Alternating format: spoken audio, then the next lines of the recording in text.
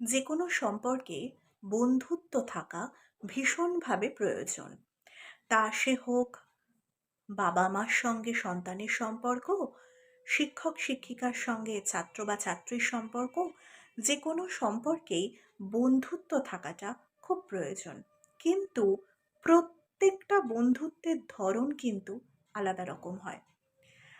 যে আমার সহপাঠী, তার সঙ্গে আমার যে রকম বন্ধুত্ব হতে পারে, আমার বাবা মা বা শিক্ষকের সঙ্গে কিন্তু সেই রকম বন্ধুত্ব সম্ভব নয় বা হওয়াটাও উচিত নয়।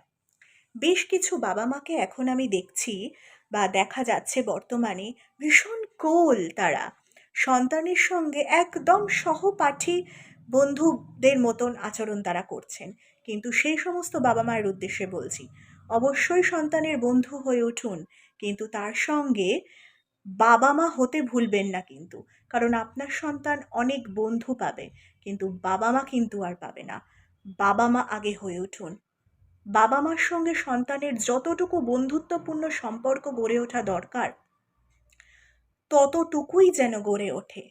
কারণ বন্ধুত্ব ছাড়া আল্টিমেটলি কোনো সম্পর্কই কিন্তু ভালো হতে পারে না। কিন্তু মনে রাখতে হবে যতটুকু দরকার ততটুকু।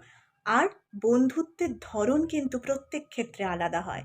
বাবা মা অবশ্যই বন্ধু হতে পারেন, বাবা মার অবশ্যই বন্ধু হওয়া উচিত। কিন্তু সেই বন্ধুত্ব যেন একই ক্লাসে পড়া ক্লাসমেটের সঙ্গে যেমন বন্ধুত্ব, সেটা না হয়ে যায়। এই দিকে কিন্তু খেয়াল রাখুন। আপনার সন্তান যেমন বন্ধু চায়, ঠিক তেমন বাবা মা চায়। তাই বাবা মার সম্পর্কে যতটুকু বন্ধুত্ব থাকার কথা, সেই বন্ধুত্বটুকু দিয়ে পিতামাতার সম্পর্ককে সুন্দর করে তুলুন। ভালো থাকুন সবাই, ভালো রাখুন সকলকে।